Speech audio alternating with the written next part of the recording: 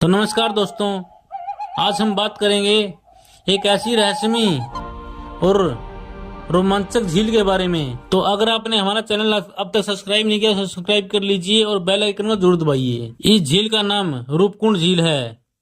यह उत्तराखंड राज्य के चमोली जिले में स्थित एक रहस्यमयी बेहद रोमांचक जगह है।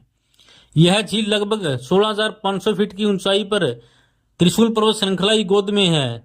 इसका नाम सुनते ही रोमांच और रहस्य दोनों एक साथ मन में पैदा होते हैं, क्योंकि इस झील के तल में सैकड़ों इंसानी कंकाल पड़े हैं जो बर्फ पिघलने पर दिखने लगते हैं। रूपकुंड तक पहुंचने के लिए यात्रियों को कठिन ट्रैकिंग मार्ग से गुजरना पड़ता है। यह मार्ग लोहाजंग, बगुआवासा, बेदनी, बुग्याल, रूपकुंड के रास्ते होकर जाता है। यह रास्ता न केवल कठिन है बल्कि बेहद खूबसूरत भी है।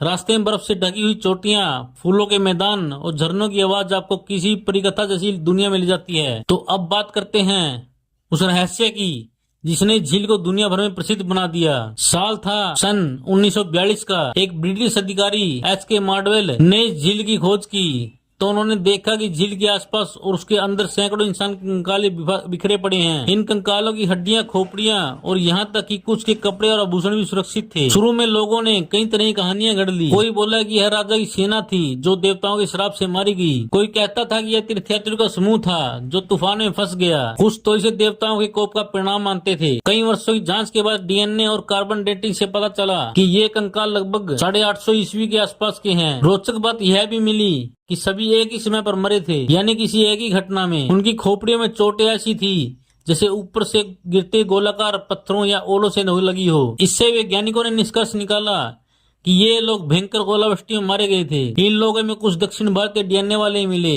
यानी यह कोई राजा जसदवल कन्नौज का था और उसकी पत्नी रानी बलम्पा का समूह हो सकता है जो नंदा देवी की यात्रा पर जा रहे थे और रास्ते में भीषण ओलावृष्टि में उनकी मौत हो गई। स्थानीय लोग रूपकुंड को नंदा देवी का पवित्र स्थल मानते हैं। हर 12 साल में एक बार नंदा देवी रात जात यात्रा निकाली जाती है जो कई किलोमीटर तक पैदल चलकर ही झील के पास पहुंचती है। कहा जाता है कि अगर कोई झील में बिना अनुमति के प्रवेश करता है या देवताओं का अपमान करता है तो उसका अंत भी वैसा ही होता है जैसा उन यात्रियों का हुआ था। यात्रियों के अनुसार रात में झील के आसपास अजीब सी सीटी जैसी आवाजें, हवा में झंकार और कभी कभी मानवाकृतियों के साए दिखाई देते हैं।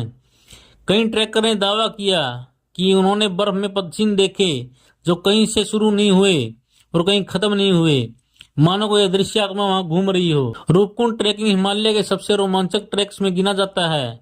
बर्फीली हवाएं, घाटियों का सन्नाटा और अचानक घिरते बादल हर मोड़ पर मौत और सुंदरता दोनों का एहसास कराते हैं। झील तक पहुंचना मानो एक आध्यात्मिक अनुभव हो जहां आप प्रकृति, मृत्यु और जीवन तीनों के रहस्यों को एक साथ महसूस करते हैं। हालांकि वैज्ञानिकों ने ओलो वाली थ्योरी दी है, लेकिन फिर भी कुछ बातें आज तक स्पष्ट नहीं हुई कि इतनी ऊंचाई तक इतनी बड़ी संख्या में लोग कैसे पहुंचे। उनके शरीरों के साथ कुछ के कपड़े इतने सालों तक कैसे सुरक्षित रहे और रात में वहां दिखने वाली अजीब आकृतियां, क्या वो सिर्फ भ्रम है या सच में और कुछ। रूपकुंड झील सिर्फ एक झील नहीं, यह मृत्यु रहस्य का ठिकाना, आस्था और भय का संगम है।